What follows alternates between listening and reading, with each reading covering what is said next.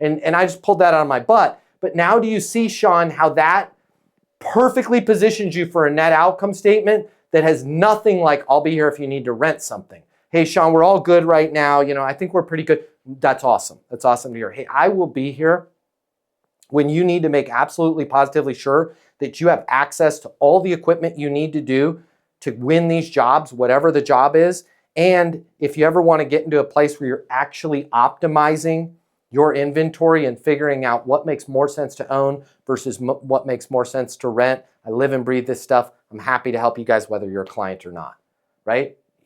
If that conversation with 5 GCs or subs, and you're going to start getting calls back because it's not, hey, I'm here with United Rentals and I wanted to let you know we have a special right now. We'd love to earn your business. You're more of a business consultant. Hey, Matt. Yo. What's the nicest thing you've done for salespeople? The nicest thing I've done for salespeople, I think we should do it right now. Here's what I'm going to do. I'm going to give them the closing mini masterclass. It's normally $300.